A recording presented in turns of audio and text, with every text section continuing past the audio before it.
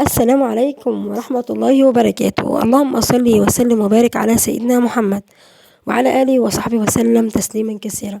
قبل أي شيء اشتركوا في القناة وحطوا لايك علشان يوصلكم كل جديد بإذن الله. معانا منزل للبيع، مساحة المنزل 200 متر، منزل دور واحد، متأسس قواعد وعمدان واسملات مردوم. بسم الله ما شاء الله. كمان يا جماعة واسع جدا، مساحة 200 متر، جاي على نصيتين، كمان عالي عن الشارع.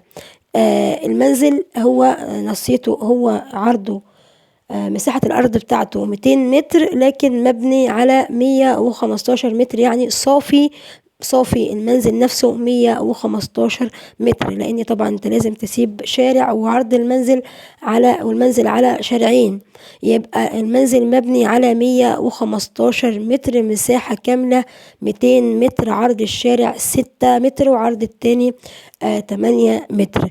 المنزل يا جماعة متأسس قواعد وعمدان واسملات، دخلوا عداد ميه، يعني بسم الله ما شاء الله حاجة نضيفة. كمان بوابة حديد لسه جديدة. المنزل سعره حلو جدا، موجود في منطقة أبو زعبل. طبعا كلنا عارفين يا جماعة أبو زعبل، طبعا محافظة القليوبية، مركز الخنكة. أبو زعبل قريبة من مسترد، مهياش بعيدة عن مسترد، قريبة من العبور. أبو زعبل منطقة حلوة يا جماعة، قرية حلوة. يبقى المنزل عنوانه موجود في أبو زعبل، مركز الخنكة، محافظة القاهرة. المنزل مساحة 200 متر، صافي 115 متر. بسم الله ما شاء الله. واجهة حلوة. منزل 3 اوض وصالة ومطبخ وحمام.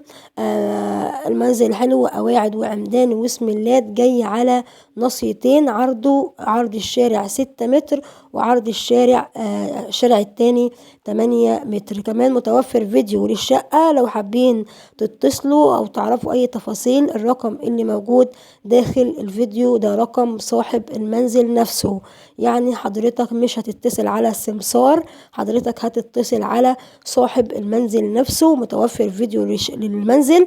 لو حابين تروحوا تتفرجوا، المنزل يا جماعة عنوانه موجود في أبو زعبل، مركز الخنكة، محافظة القليوبية. المنزل يا جماعة عرضه، المنزل سعره 400 ألف جنيه، سعر المنزل 400 ألف جنيه. أنا بقول يا جماعة العنوان أبو زعبل، مركز الخنكة، محافظة القليوبية. المنزل يا جماعة بسم الله ما شاء الله، واجهة كبيرة، سعره 400 ألف جنيه. ما تنسوش تشتركوا في القناة وتحطوا لايك علشان يوصلكم كل جديد بإذن الله. بعرض منازل كل يوم، بعرض شقق. قناتي خاصة بالأخبار، بجيب فيها أي معلومة أو أي خبر جديد بيخص المجتمع. بعرض في قناتي عقارات، بعرض عروض أو طروحات الإسكان الاجتماعي. ما تنسوش تشتركوا في القناة وتحطوا لايك علشان يوصلكم كل جديد. والسلام عليكم ورحمة الله وبركاته.